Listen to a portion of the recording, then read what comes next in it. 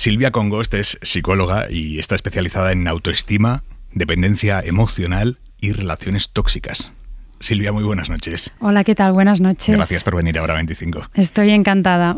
Oye, ¿qué es ser una persona tóxica? ¿Cómo lo definirías tú?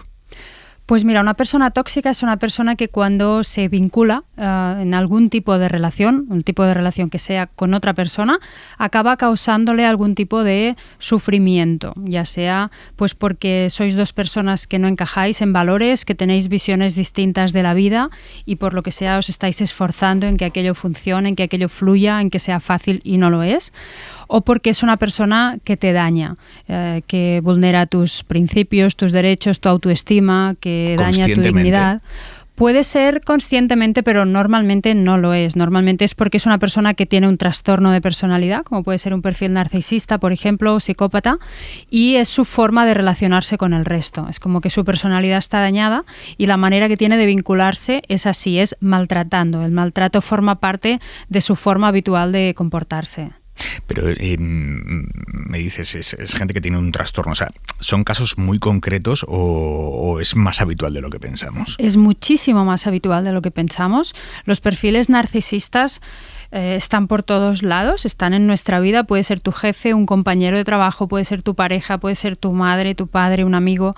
Y son personas que no es que sean así por un gen, sino porque han vivido de pequeños circunstancias muy duras que les han traumatizado y han creado ese trastorno en ellos. Y eso es algo, el problema es que es de por vida. Tú ya funcionas de esa forma y debemos tenerlo claro los que estamos al otro lado, porque cuando te encuentras con alguien así, es un error caer en el patrón de yo intentaré hacerle ver que no puede continuar así, que tiene que tratar mejor a los demás, etcétera, porque cuando tienes ese trastorno, una característica es que eres incapaz de verte a ti mismo desde fuera y de empatizar con el dolor que estás creando en los demás. Es irremediable. Es irremediable. Es triste. Joder, es tremendo. Es tremendo, pero es así. Claro, luego muchas personas me preguntan, ¿y qué hacer con estos perfiles? ¿Qué tenemos que hacer? ¿Quemarlos? ¿Qué hacer, ¿no? con ellos? Claro, o sea, la única solución es alejarnos de ellos. La única solución es alejarnos de ellos, porque al final son personas con las que te dañan a ti a nivel emocional, aunque no lo hagan adrede conscientemente para destruirte, algunos sí, pero te están haciendo daño y al final si tú te amas tienes que protegerte y tienes que cuidarte y tienes que alejarte de aquellos que te hacen daño. Al mismo tiempo también es muy duro dejar a esa persona a su suerte, abandonarla de alguna manera.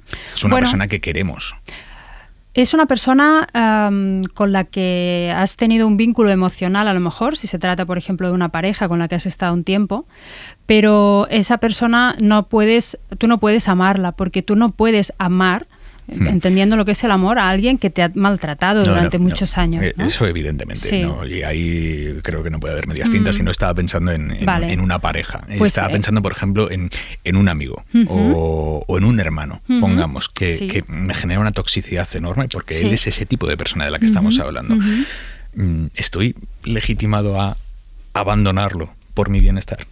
Claro, yo he visto muchos casos en la consulta de hermanos, concretamente, que no aman, ¿no? al otro. Uno que no, o sea, por ejemplo, tú eres una buena persona, tienes un hermano que siempre te has volcado hacia él, que quieres ayudarlo, quieres que esté bien, pero siempre has recibido desprecio, siempre has recibido rechazo, te tiene, por ejemplo, mucha envidia, tiene mucha rabia cuando las cosas te van bien, incluso intenta perjudicarte, ¿no? He visto muchos casos así.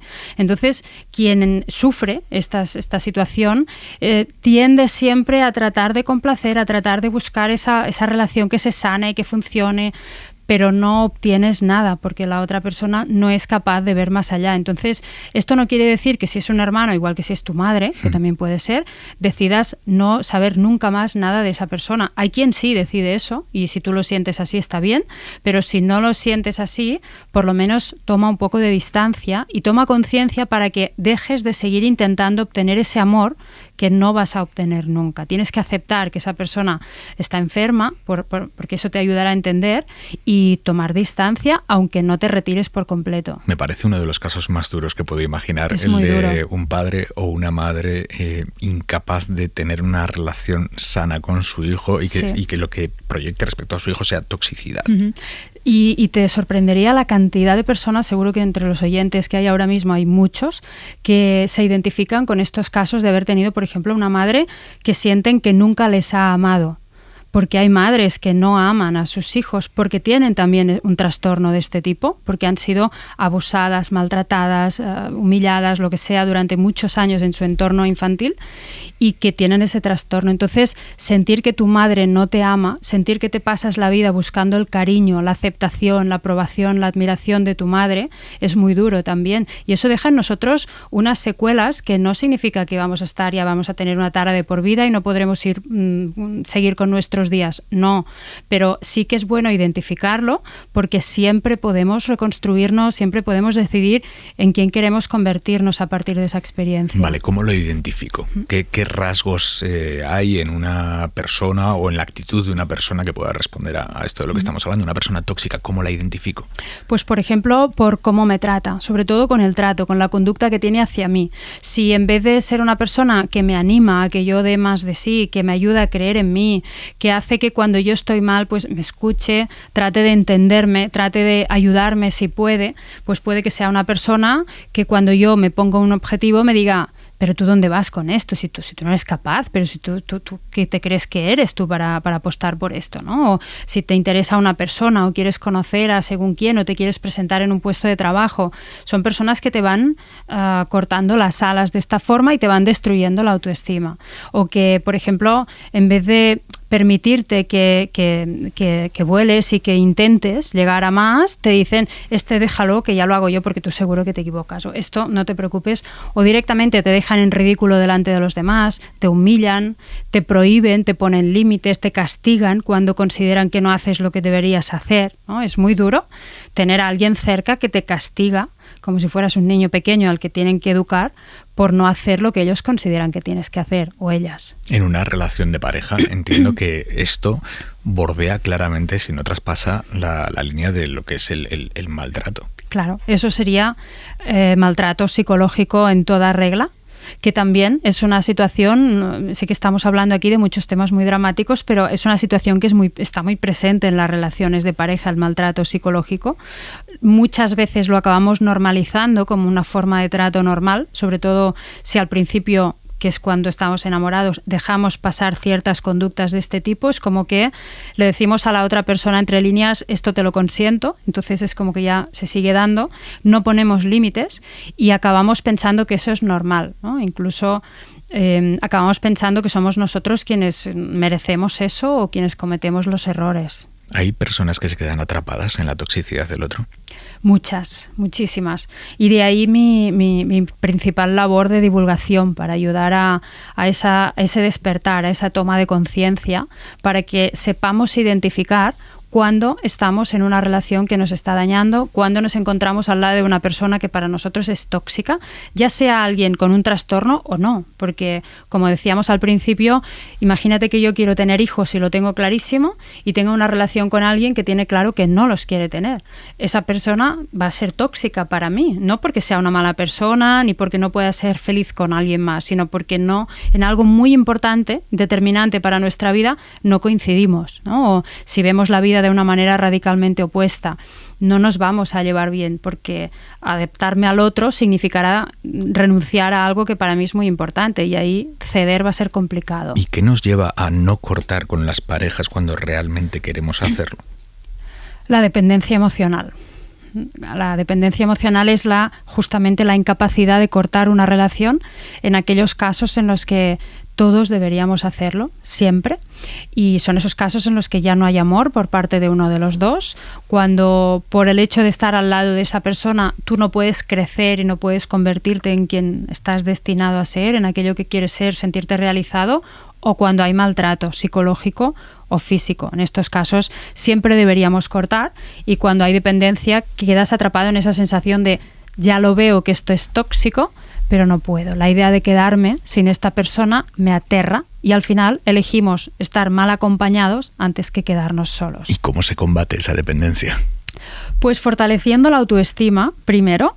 Tienes que recuperar el amor hacia ti, la conciencia de dónde debes poner los límites, de qué es aquello que no puedes seguir permitiendo, aquello que te está dañando y te está haciendo profundamente infeliz, y descubrir también cuáles son tus valores, principales, tus valores más importantes, para que tomes conciencia de si las personas que estás eligiendo, incluida tu pareja, encaja con esos valores. Si valoráis lo mismo, probablemente la relación será fácil, y si no lo es porque miráis hacia direcciones distintas también. Recientemente en la Feria de Albacete había un stand de realidad virtual en el que los visitantes podían experimentar las emociones que genera una relación tóxica.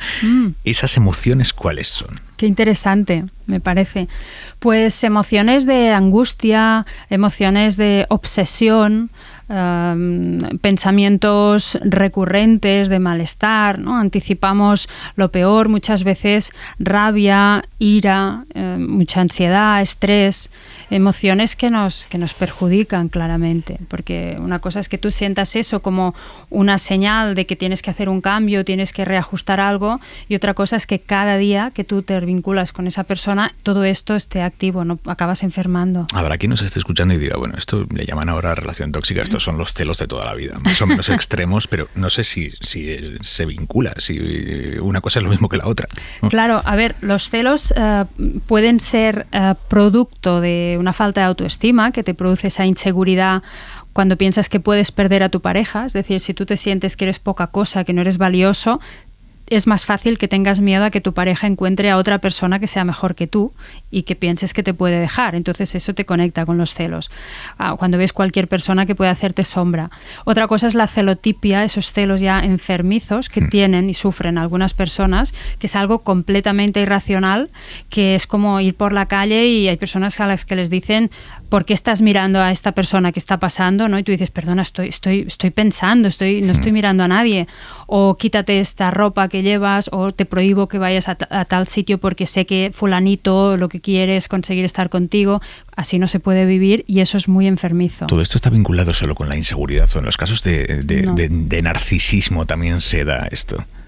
En casos de narcisismo no suelen haber tantas muestras claras de este tipo de celotipia. Tienen mucho control sobre ti, pero estos casos más enfermizos no están vinculados con la inseguridad, sino que ya hay algún problema detrás que debe ser analizado.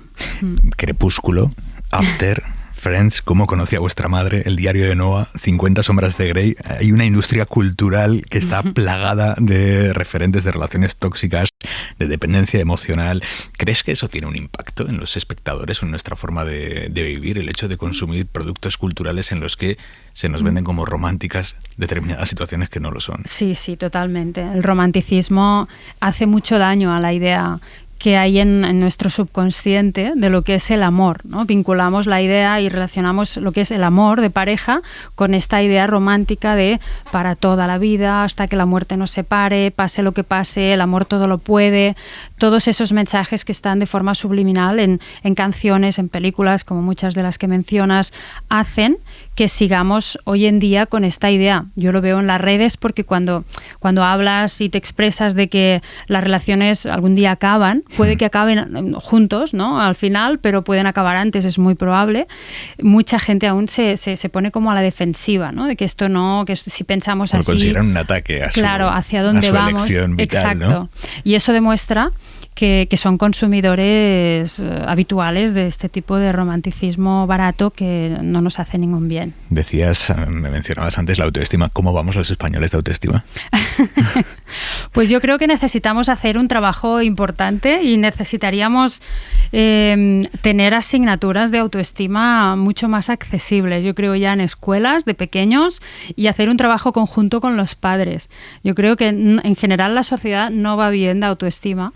Somos personas muy inseguras y eso nos lleva a ser muy manipulables y esto creo que es malo porque el ser humano tiene un gran potencial y si se le enseña a pensar, a reflexionar y a hacerse preguntas, puede dar muchísimo más de sí. Igual no conviene. Oye, no sé si en la consulta estás notando que las aplicaciones para ligar, Tinder, Bumble, Grindr en el caso de los gays, están teniendo algún tipo de efecto de erosión sobre la autoestima de quienes las utilizan. Bueno, cuando tú te entras en una aplicación de estas y no tienes claro qué es lo que te puedes encontrar o qué es lo que estás buscando y no tienes experiencia o información suficiente, Yo creo que pueden dañarte, pero también pienso que en estas aplicaciones vas a encontrar un repertorio de lo mismo que hay fuera de las aplicaciones. Es decir, habrá gente que solo busca sexo, hay gente que quiere cometer infidelidades y hay gente que busca pareja. Y las hay dentro y fuera. Entonces, yo creo que lo importante es que tengamos claro cómo utilizamos las aplicaciones y con qué finalidad, ¿no? Si tú buscas pareja, dejar claro que buscas pareja, dejar claro cuáles son tus premisas. ¿Y te pueden engañar? Sí, pero también te pueden engañar fuera de una aplicación, ¿no? ¿Conoces a alguien? Las personas a las que el uso de estas aplicaciones y el no llegar a triunfar o a hacer match o llamarlo como quieras en estas aplicaciones les genera una ansiedad, esas personas sentirían esa misma ansiedad ligando en la vida real. Probablemente, porque son personas que igual están ahí y a lo mejor si van a un bar o van a una fiesta, donde sea, también son personas de estas que están obsesionadas en a ver si alguien se fija en mí, a ver si encuentro a alguien. Entonces son carne de cañón de acabar con la primera persona que te diga algo bonito sin ni siquiera plantearse si les gusta o no. Entonces, de ahí también surgen muchos problemas de esas personas que se enganchan con el primero o la primera que pasa, ¿no? Y muchas veces es que ni les gusta esa persona, pero ya quedan obsesionadas porque no quieren estar solas. El miedo a la soledad, entendiendo como soledad estar sin pareja, nos condiciona muchísimo a los seres humanos. Porque no sabemos estar solos.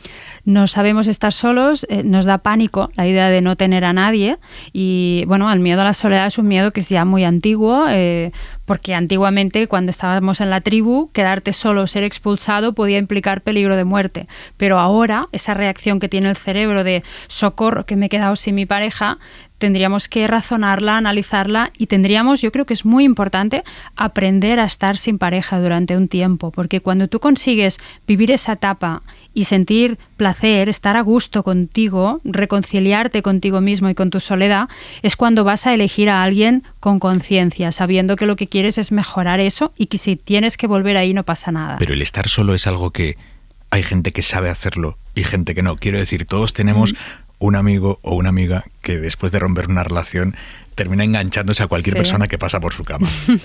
Sí. ¿Esa persona va a aprender a estar sola? ¿O tiene que aprender? Es que igual no tiene que aprender, no lo sé. Esa persona es a la persona a la que mejor le iría aprender a estar solo o sola. Sin duda, porque demuestra, esos que saltan de una persona a otra, demuestra que no quiere vivir esa experiencia y que no se quiere reencontrar consigo misma, ¿no? Entonces... ¿Pero no es legítimo eso también? El que alguien no quiere estar solo. Es una opción, pero luego esa persona por lo menos que no se queje o que no sea la típica que va lloriqueando cada 2x3 diciendo que nadie vale la pena, que todas son iguales, que tal, que cual, porque no se está permitiendo analizar, mirarse y analizar en qué estoy fallando, qué tipo de perfiles estoy eligiendo, estoy yendo una y otra vez a lo mismo, hay algo aquí que no estoy aprendiendo. ¿Qué necesito entender para poder, desde ese espacio de soledad, de silencio, de introspección, de análisis, entender qué es lo que debe cambiar? Si no se permite ese espacio, no va a cambiar esa persona. Hay un fenómeno que yo creo que se ha dado toda la vida, pero que ahora se multiplica con las redes sociales, no, con las aplicaciones para ligar de las que hablábamos antes, que es el ghosting. El momento en el que tú estás ligando con una persona y puedes estar 2 semanas hablando con esa persona y de repente esa persona desaparece. Ni siquiera te dice, oye, mira, no eres lo que busco, esa persona desaparece y te quedas tú, pues eso, alucinando, sin entender. ¿Qué efectos tiene sobre la persona el ser víctima de ese ghosting? Pues tiene efectos muy dañinos, sobre todo para la autoestima, ¿no? Porque cuando tú estás quedando con alguien, estás enamorado aparte, es decir, tu cerebro está con toda la locura química, fantaseando con todo lo que vais a hacer, ilusionado, agradecido por haber encontrado a esa persona y de repente que quedéis, bueno, pues nada, mañana te recojo y mañana desaparece de la faz de la tierra y encima te cuentan, porque al principio piensas mal, pero encima te cuentan que no, que la noche anterior lo estaba dando todo en la discoteca tal, ¿no? Es decir, no le ha pasado nada, pues empiezas a pensar, empiezas a mirarte a ti en qué he fallado, qué le he dicho que le puede haber molestado. Igual como el otro día tuvimos relaciones sexuales, no estuve a la altura, no le gustó y entonces tal. O sea, lo primero que pensamos, debido a esa falta de autoestima, es ¿qué he hecho mal? Y si tú te atribuyes la culpa de que esa persona haya desaparecido, claro, empiezas a castigarte, empiezas a sentirte mal y te hundes. Entonces aquí lo primero que hay que entender es que esa persona no te ha respetado, porque desaparecer así sin darte ni una explicación es que no te amaba, por supuesto, pero tampoco te respeta, es decir, tiene unos valores que para nada deberías desearlos en nadie que esté a tu lado y que no te interesa tener a alguien así. Y aparte de que no tiene educación, ¿no? Por supuesto. Pero no nos flagelemos porque muchas veces quedamos atrapados en él. ¿Y por qué? ¿Y por qué? ¿Y por qué? Bueno, pues porque no le importas y ya está. Ya ha vivido esta etapa inicial de enamoramiento y cuando ya no le ha interesado o ha querido pasar a otra persona, se fue. Pero te está demostrando muy claramente qué tipo de persona es. Estamos hablando de los efectos que tiene el ghosting en quien lo sufre, pero ¿y quién lo practica? ¿Por qué hacer ghosting? Quiero decir, ¿es solo cobardía a la hora de no querer romper o hay algo más? ¿Hay algo psicológico que nos lleva a preferir el desaparecer? Que dar la cara y explicar, yo qué sé. Pues yo creo que hay dos perfiles de persona. Hay, como bien dices, el cobarde, el que no tiene agallas de enfrentarse por lo que sea y sale con el rabo entre las piernas por la puerta de atrás y ya, sin más, aunque esté angustiado o angustiada, pero así no tiene que dar explicaciones. Y está la persona que tiene un trastorno, como hablábamos antes, psicópata, que es que lo que produce ese trastorno es que sea incapaz de empatizar con el dolor que crean los demás, es decir, solo mira por su bien, por lo que él o ella quiere. Entonces cuando ya no quiere nada más de ti, ya te ha sacado lo que ha querido, ha vivido esa etapa, se va y a la caza de otra persona, pero ni por asomo se le pasa por la cabeza que tú puedes estar pasándolo mal, al contrario, se va a reír si le dicen que lo estás pasando mal. O sea, es un tipo de personas que sinceramente, cuanto más lejos, mejor. O sea, lo que tenemos que hacer en vez de llorar si han desaparecido es levantar la copa y brindar de la suerte que hemos tenido. Silvia Congost, psicóloga especializada en autoestima, dependencia emocional y relaciones tóxicas. Ha sido muy interesante charlar esta noche. Silvia, gracias. Un placer, muchas gracias.